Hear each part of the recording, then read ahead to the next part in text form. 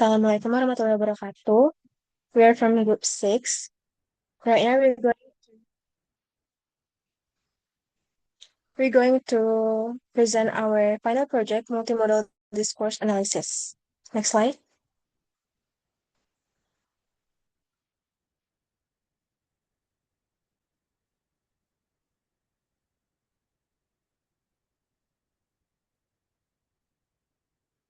This is the group members. There is Denazo Aldian Lashma, there is Jessica Ananda, and there is Sayla Jibrabang. Next slide.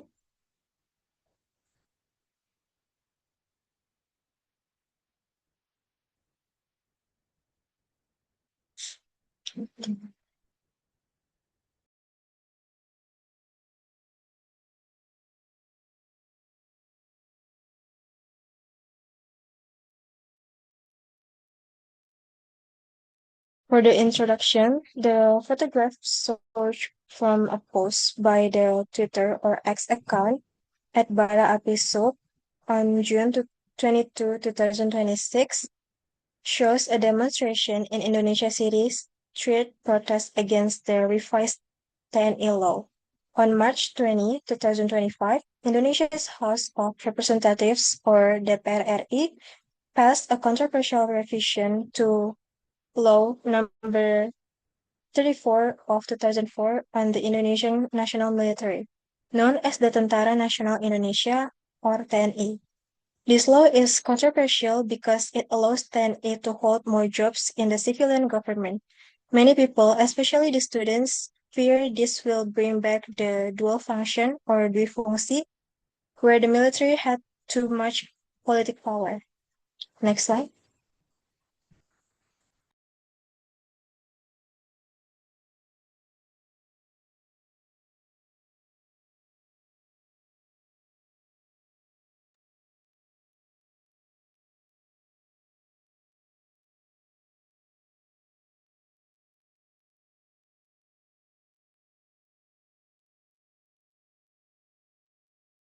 Protest images are powerful text. They do not just show what is happening, they also shape how people understand it.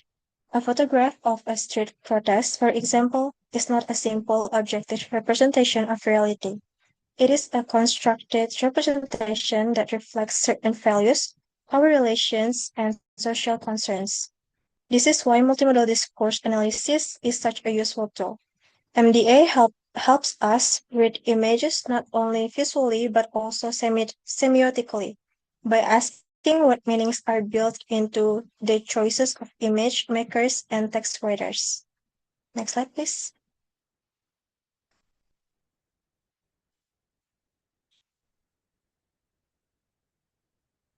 We're moving to the additional or representational meaning. Next slide.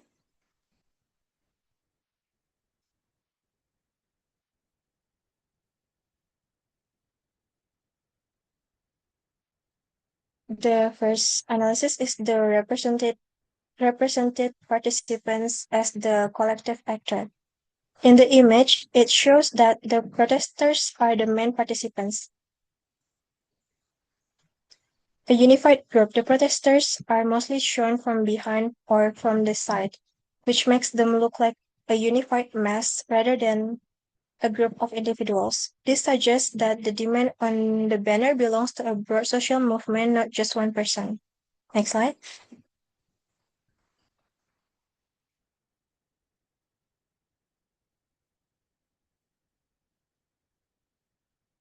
And then the actors. In visual grammar, the protesters are the actors. Their hands holding the banner create a factor or a line of action that shows they are working together to deliver a message. And then the target or the goal, while the protesters are the ones acting, their goal, which is the target of their protest, like the TNI or the government, is not physically in the picture. The absent goal is identified through the written text on the banner, kick back TNI to Barak, and the action of the banner is directed outward to an implied audience of viewers, both the public and the street and through the photograph's social media audiences. Next slide.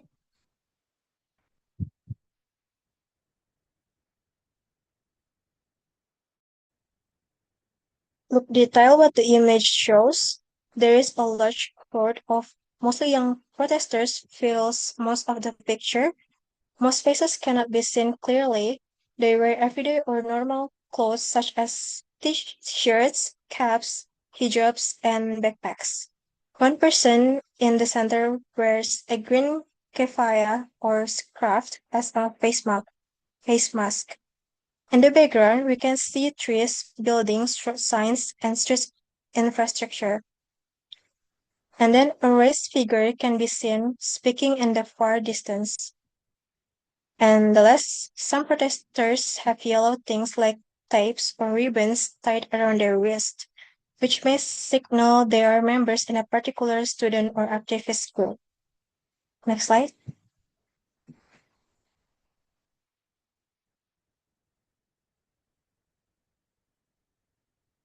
Moving on to the banner. The text on the banner, Kickback 10 into Barak, is a vital part of the image's meaning. The action and direction. Linguistically, the text is command. Kickback is the forceful action. 10E is the target or the goal. And to Barak is a circumstance of location that is where their place should be. The implied the implied actor of the process is the collective we, which is the protesters, though it is grammatically elided or absent from the surface structure. That makes it sound like everyone is demanding this, not just the people in the photo. Next slide.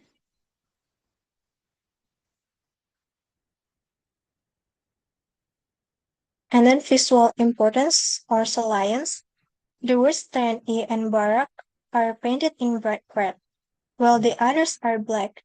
This makes those words stand out and uses the color red to signal urgency and danger. For the global audience, the banner is written in English, so this suggests the protesters want their message to reach the international audience on social media, not just by people in Indonesia. And then historical connection. The message connects to a famous slogan from 1998 Reformasi Era, Kembalikan TNI ke Barak, in English, return the military to the barracks. This reminds people of the fight for democracy in the past. Next slide.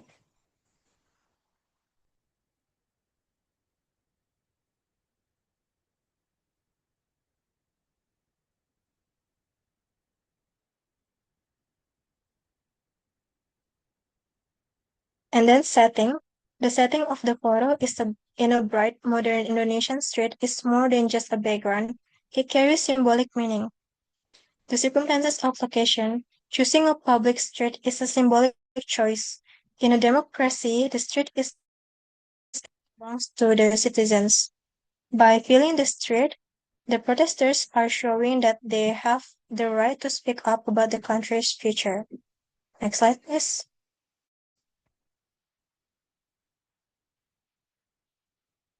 The size of the movement. The crowd in the background adds social depth, making the movement look large and powerful rather than just a few isolated activists.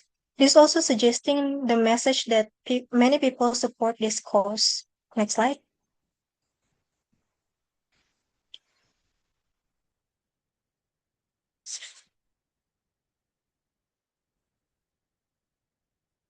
And then moving on to connecting the image to the reality. Taken together, the semiotic choices analyzed connect directly to the larger political discourse of Indonesian democracy. Challenging the due fungsi, the image acts as a counter-narrative to the government's new law. It represents a fear that the military is returning to its dual function role from the Suharto era, where it had both security and political power. Next slide.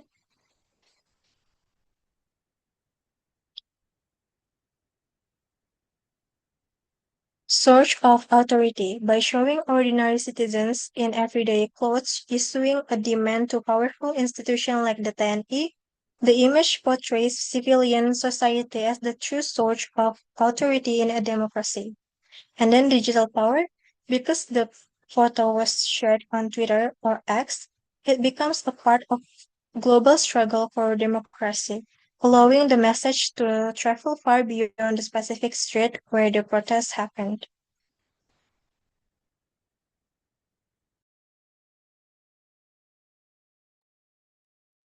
Okay, the next is social and interactive relations established. Next slide. Fewer, fewer participant dynamic. One important aspect of the image is the relationship created between the participants in the image and the viewers. The demonstrator appears focused on the protest activity and do not establish eye contact with the camera. Based on visual grammar theory, this creates an over image which positions audience as observed rather than active participants. However, interaction is still developed through the banner placed in the foreground. The statement becomes the central communicative element that immediately attracts viewers' attention and encourages them to interpret the broader social issues represented. The collective representation of the crowd also shifts attention from individual identity to public participation and shared social concept. Next slide. Gaze pattern. Gaze patterns contribute significantly to shaping the interactions between viewers and participants. Most people in the image direct their attention toward the protest instead of the camera, creating a realistic representation of social action. This again reflects the concept of an over image, where viewers are invited to observe and interpret rather than engage directly. The absence of direct gaze reduces personal emotional involvement, but increases the sense of authentically because participants appear naturally engaged in the event. Even without eye contact, the audience focus remains guided by the banner, which becomes the main source of communication and reinforce the collective purpose of the protest. Right?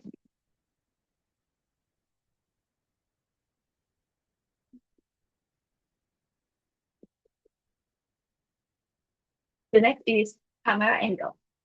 The photograph uses an eye-level camera angle, presenting the scene from a perspective similar to that of the participant. This perspective creates a sense of equality between viewers and the represented participants because neither side appears dominant or subordinate. As a result, the protest is represented as a social issue that belongs to public life rather than as a distant political event. The eye-level perspective also increases accessibility and encourages audience to feel closer to the context represented in the image. Next slide. Next is social distance. Social distance refers to the perceived relationship created between viewers and the participants shown in the image. The use of a long shot captures a large group of demonstrators and their and then surrounding environment, emphasizing collective action rather than individual expression. This creates a public and observational relationship instead of a personal connection, although audience remain physically distant from the protest. The prominent placement of the banner reduces this distance by directly communicating its message and encouraging intellectual engagement with the issue. Next slide.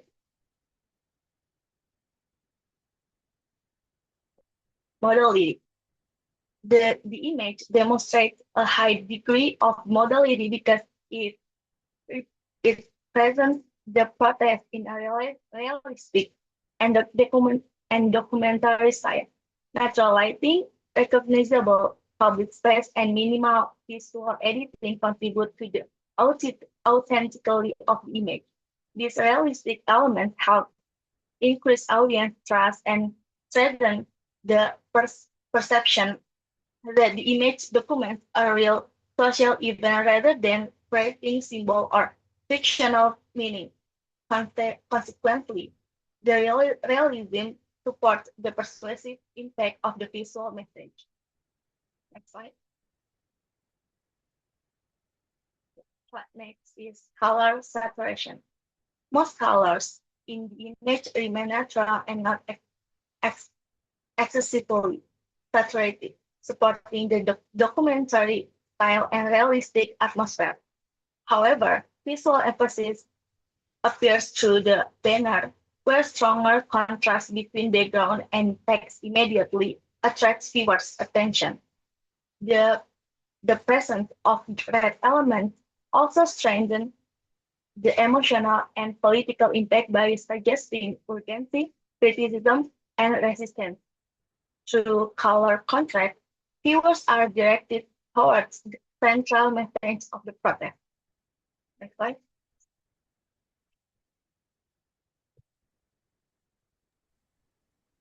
For the next is C, textual or compositional structures and power dynamics.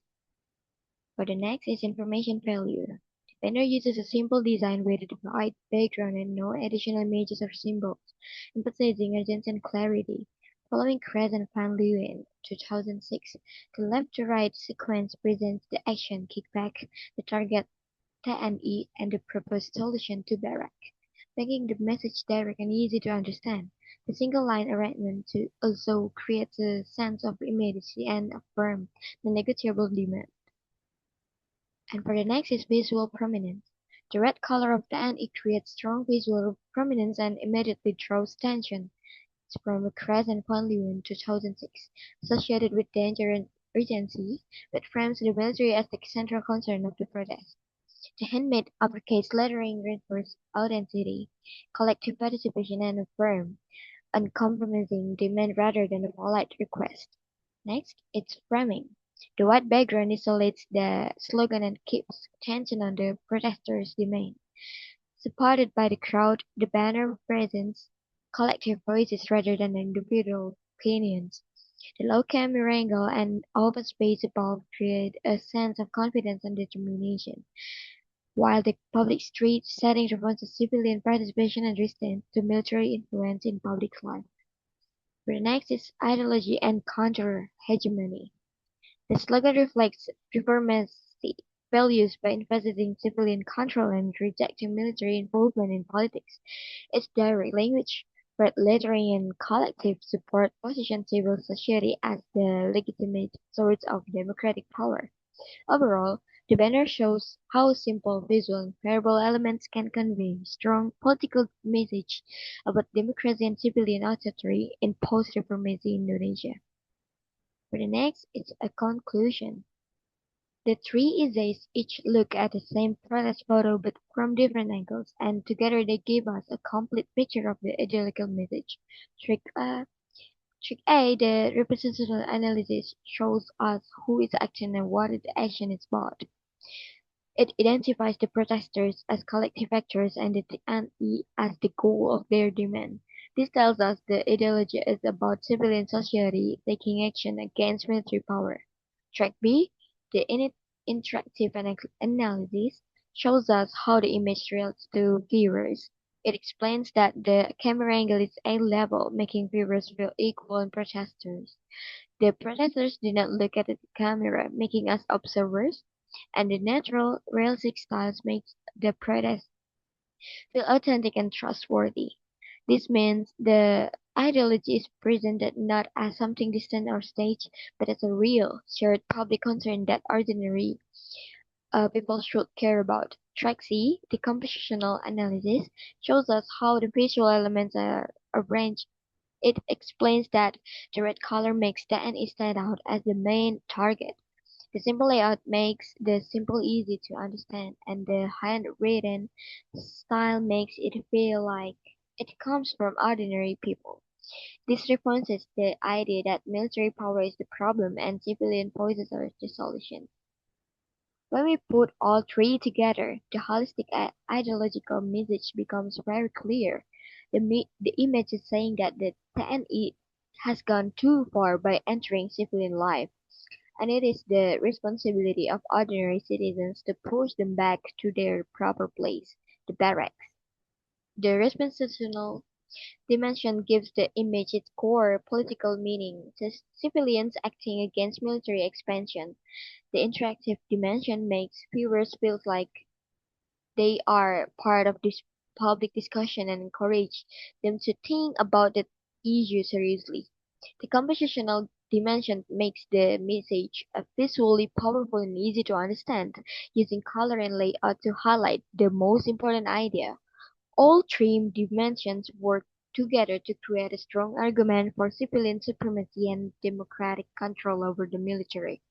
This is not just a random photo, it is a careful, constructed message that reflects the values of reformism, rejects militarism, and calls for ordinary citizens to defend democracy.